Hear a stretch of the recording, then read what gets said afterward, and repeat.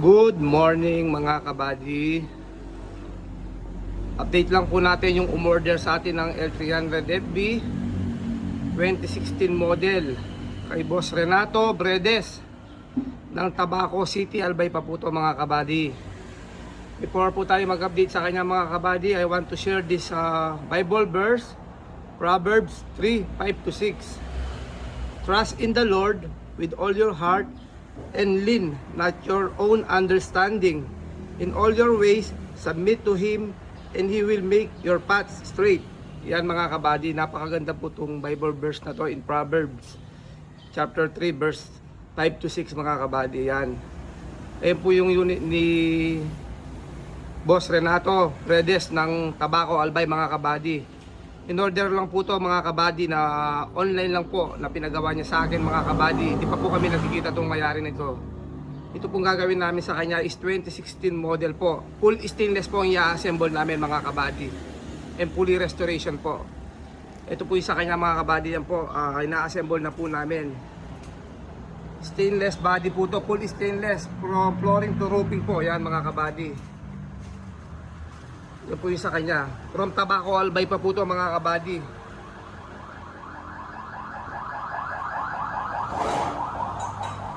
Dahil pang isda po ito mga kabady, straight 304 po yung gamit namin dito mga kabady. Yan. Kaya walang halong di mangangalawang to mga kabady. Kaya ganyan po yung hanapin natin, yung 304, 1.5 yung kapal mga kabady. Yan. Stainless po ito hanggang baba. Yan po yung body niya mga kabady. Na-assemble na po, on process pa po. In-order po itong buong unit natin, 2016 model and fully restoration mga kabady. Ayan. Ganyan po kami tumira dito mga kabady sa mga stainless po. Ganyan kalinis at ka-quality, 100%. Yan. Ganyan po kami kaselan mag-stainless dito kay Jun Kembaw mga kabady. Yan mga kabady. Ganyan po namin kalinis, akinis at ka-quality yung trabaho namin dito mga kabady. Pagdating naman po sa makina and under chassis mga kabady, yan po, dagdagan na uli namin ng wheel nito mga kabady sa baba. Nagdagdag po kami ng isa both left and right wheel yan mga kabady, para yung tayo nito medyo mataas sa likod mga kabady. And then yung mga preno sa likod nalinis na rin po, nabuksan na rin po to mga preno nito mga kabady, pati yung mga brake shoe nito mga kabady na test na una namin. Pati po yung gear oil nito, na-check na rin mga kabady. Yan. Pagdating naman po sa makina mga kabady, ito po, papakita ko po sa inyo. Ito po yung unit niya. Bali baklas po lahat yan pag nag-restore po kami mga kabady. Yan. I-engine wash pa po namin to and under wash mga kabady. Yan. Kakabaklas lang po yung mga dashboard namin.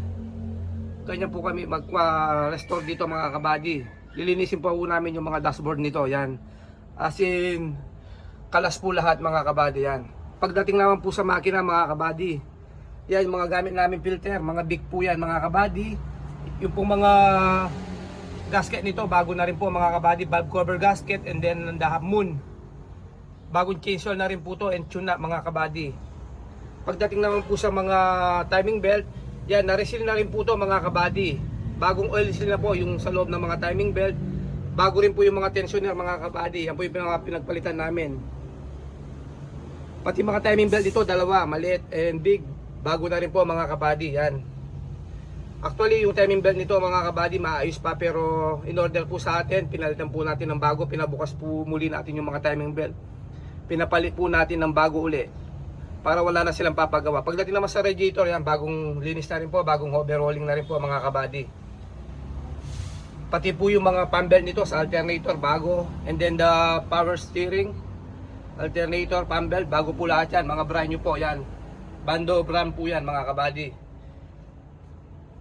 Pagdating naman po sa transmission mga kabady, yan, pinupull down po namin. Actually nung nakuha po itong unit na to, makapal pa po yung clutch disc, pressure plate, okay pa po, as in kahit hindi papalitan. Pero nung in-order po sa atin to mga kabady, yan, nagpalit po kami ng clutch disc, pressure plate, release bearing, clutch fork.